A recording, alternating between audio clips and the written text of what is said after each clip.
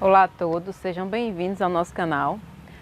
Hoje nós vamos continuar nossas atividades de encontro comunitário, que são atividades que envolvem um número grande de pessoas, então a gente está fazendo parte deles na forma de videoaulas. Nós vamos continuar falando sobre a cultura do cacau, que é uma cultura extremamente importante para a nossa região. É a principal cultura da nossa região, a região litoral sul, né, da Bahia. E existem muitos aspectos sobre a cultura do cacau que a gente precisa abordar. Entre eles, a gente precisa abordar os cultivares, né, os mais plantados na nossa região. O que a gente em campo vê que os produtores mais utilizam e que eles veem melhores resultados em campo.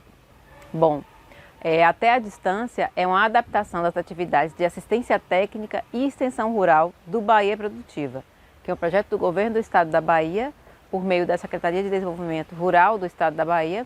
Ele é executado pela CAR, que é a Companhia de Desenvolvimento e Ação Regional, e utilizando recursos que são provenientes do acordo de empréstimo com o Banco Mundial. O Theobroma cacau, que é o nome científico do cacau, ele possui uma distribuição bem ampla. O que significa isso? Ele é cultivado em vários locais, principalmente em locais onde a gente tem um clima mais quente e úmido, principalmente. É uma cultura que já é cultivada há muito tempo por civilizações mesoamericanas e pré-colombianas. Eles utilizavam as sementes do cacau para fazer um ritual. Eles utilizavam a semente, processavam a semente, né, cultivavam, secavam e moíam essa semente e adicionavam alguns ingredientes, até pimenta eles colocavam, adicionavam água. E essa bebida era considerada uma bebida dos deuses. Era utilizada, inclusive, em muitos rituais dessas tribos indígenas. Foi utilizado durante muito tempo. Esse misturado de cacau com algumas ervas, eles colocavam mel, pimenta, baunilha, e todos esses sabores assim mascaravam aquele sabor amargo que o cacau tinha. Então era uma planta que já é cultivada há muito tempo. Lógico que a gente não era para obter o chocolate como a gente conhece hoje, mas era para obter outro tipo de produto. No Brasil, ele foi cultivado primeiramente na região amazônica. Ele já existia no seu estado natural, que a gente chama. Não é esses cultivares que a gente conhece hoje. Na Amazônia ele já existia no seu estado natural. E de lá ele foi dispersado. Primeiro ele foi para o Pará e depois ele veio para a Bahia.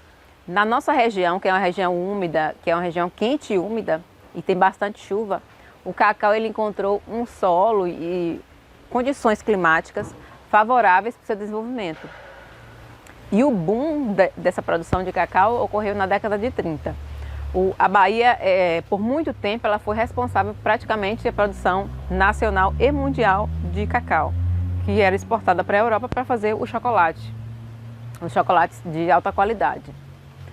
Embora muitas regiões cultivem a produção mesmo, o grosso da produção de cacau, ela vem da Costa do Marfim, de Gana, uma parte da Indonésia, República do Congo, Nigéria. Muitos países do continente africano produzem, porque tem um clima, né, propício para o desenvolvimento do cacau. Muitos desses países também produzem cacau. Depois da vassoura de bruxa que chegou na nossa região, o cacau foi disseminado para outras áreas, né, no intuito de novas lavouras, novas roças livres desse problema. O que a gente não consegue, né? A gente não consegue se livrar completamente do problema. Mas o cacau foi levado para a África e lá ele encontrou também um ambiente propício para se desenvolver. As terras utilizadas, normalmente as terras que são utilizadas para a cultura do cacau, são terras mais bem drenadas. O cacau, apesar de ser exigente na quantidade de água do solo, né, o cacau é cultivado em ambientes onde o regime hídrico, isso quer dizer, a quantidade de chuvas é grande, ele precisa de solos bem drenados. A planta precisa que o solo tenha água, mas que essa água não fique empoçada naquele solo. Ele precisa que seja um solo bem drenado, que tenha um clima quente e úmido. Normalmente os locais onde se produz cacau, onde se cultiva cacau, as chuvas elas são distribuídas regularmente ao longo do ano. Hoje a gente sabe que as mudanças climáticas elas alteraram e muito o ciclo hídrico, né? O aquecimento global é um fenômeno que tem afetado e muito a distribuição de chuvas. Então, mesmo em locais que a gente via que antes tinha bastante chuva, hoje a gente vê que o índice hídrico é menor. E o cacau é uma planta que ela se desenvolve em ambientes que podem, em alguns locais, né, que o regime hídrico chega a 2.000 milímetros anuais, bem distribuídos durante o ano. É um volume hídrico grande, é uma cultura que a gente vê que exige bastante de água. Esse período de chuva favorece o desenvolvimento do cacau, mas a parte de colheita e processamento é bom que ocorra em épocas do ano com menos chuva, incidência de chuva menor. E, como eu disse, o cacau ele se adapta às condições tropicais, condições quente e úmida.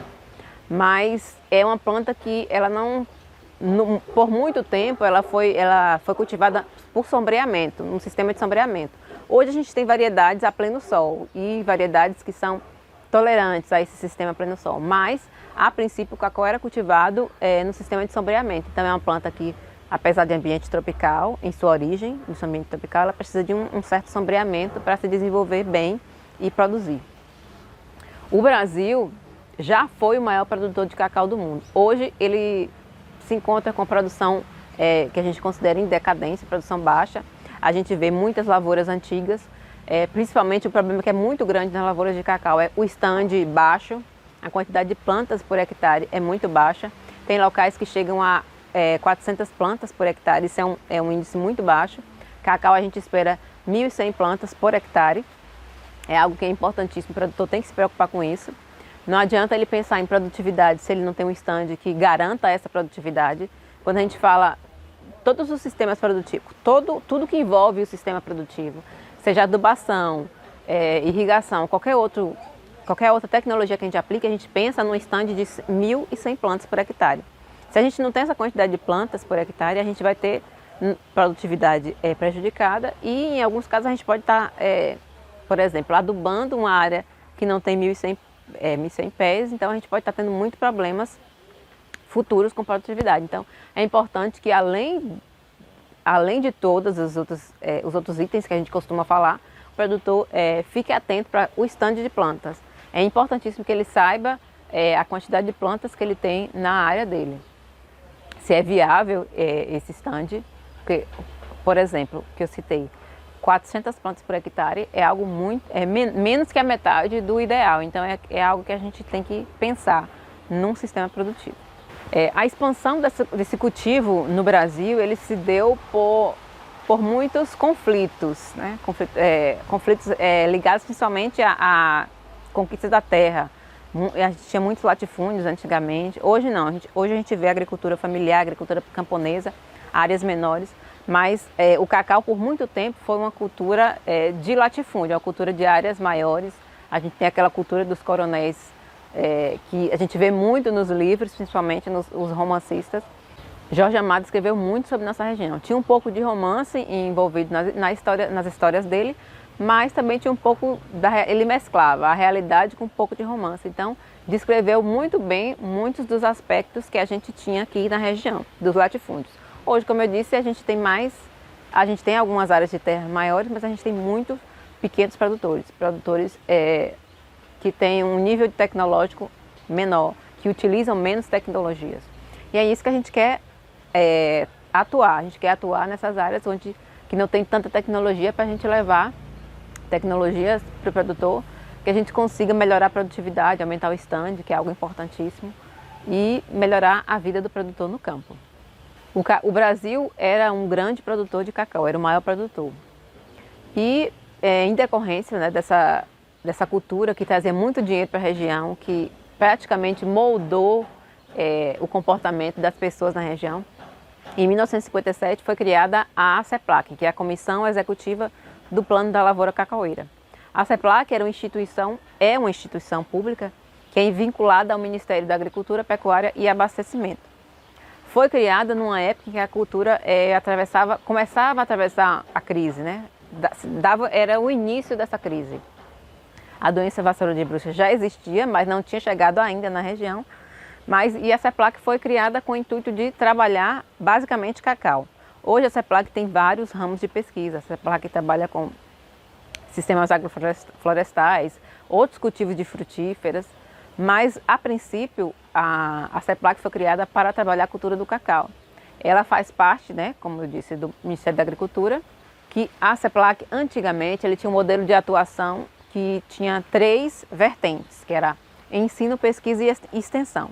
A CEPLAC, ela fazia as pesquisas, ela tinha pesquisas no Centro de Pesquisa, no CEPEC, tinha a EMARC, que era a Escola Técnica, que fazia a parte de ensino, e tinha a parte de extensão. Hoje a CEPLAC, ela se encontra numa situação muito difícil, onde as pessoas estão se aposentando e esse corpo de funcionários não é substituído, não é renovado. Então a CEPLAC passa por mudanças drásticas e que também vão influenciar na cultura do cacau, que é a principal instituição de pesquisa voltada para o cacau. Ela está sendo, aos poucos, ela está sendo sucateada, então isso vai afetar a cultura do cacau na região.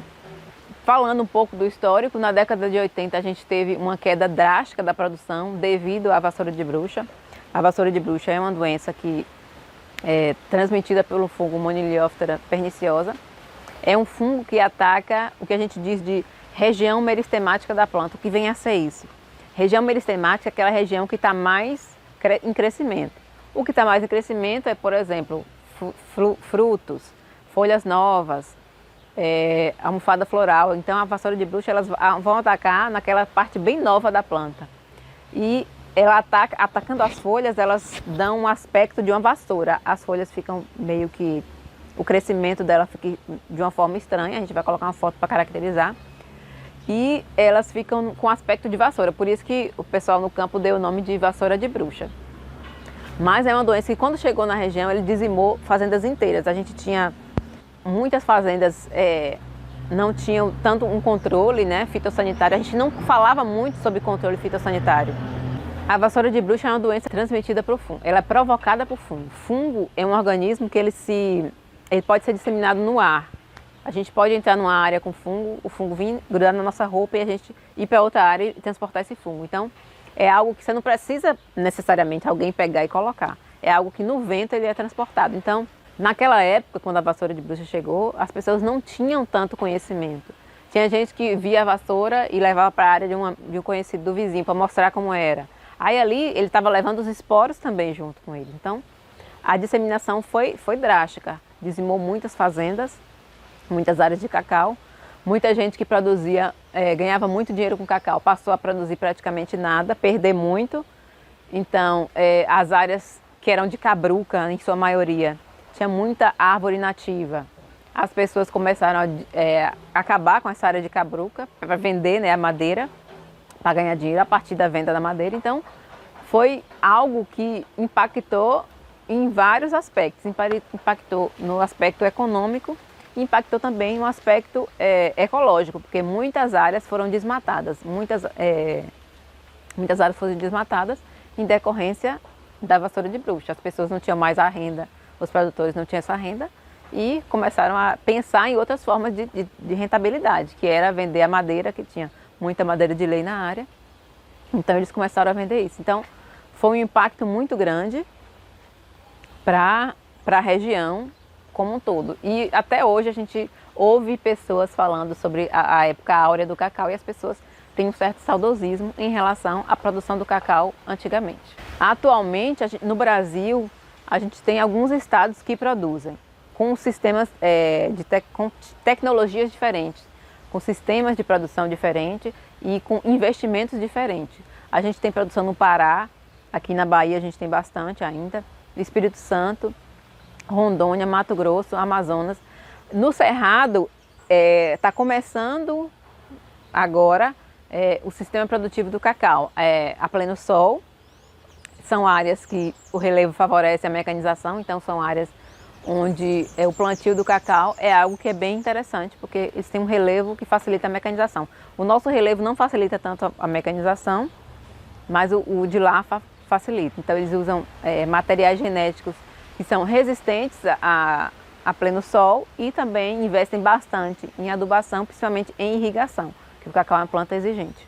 Depois da vassoura de bruxa, os institutos de pesquisa e os produtores tiveram que lançar a mão de materiais genéticos que fossem mais resistentes.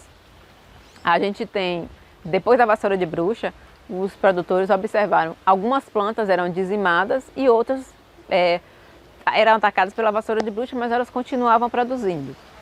Essas plantas que continuavam produzindo começaram a ser escolhidas, uma espécie de seleção do material genético que a gente tinha na área. Então, esse material genético começou a ser multiplicado, espécies mais tolerantes, como eu disse, sobreviviam mesmo com a vassoura de bruxa, conseguiam produzir mesmo com a vassoura de bruxa, elas foram utilizadas para melhoramento. E hoje a gente tem vários clones que são utilizados, a CEPLAC disponibiliza vários. A gente não tem um campo experimental que garanta que a gente tenha,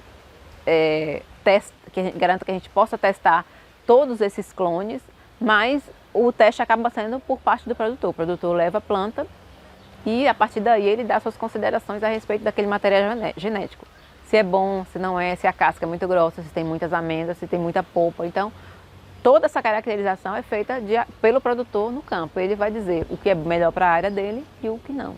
As plantas, como eu disse, que conseguiam sobreviver ao fungo, elas foram propagadas. Os produtores pegavam aquelas plantas mais resistentes e propagavam. Mas qual o cacau que a gente cultiva hoje? Daquele cacau que a gente cultivava no passado para o de hoje tem muitas variações genéticas. O processo de domesticação do cacau levou à formação de alguns grupos de cultivares e com distinção morfológica. O que quer dizer isso? Cada cacau tem uma característica diferente, principalmente quando ele está verde. Ele tem a coloração da casca diferente, o formato do fruto.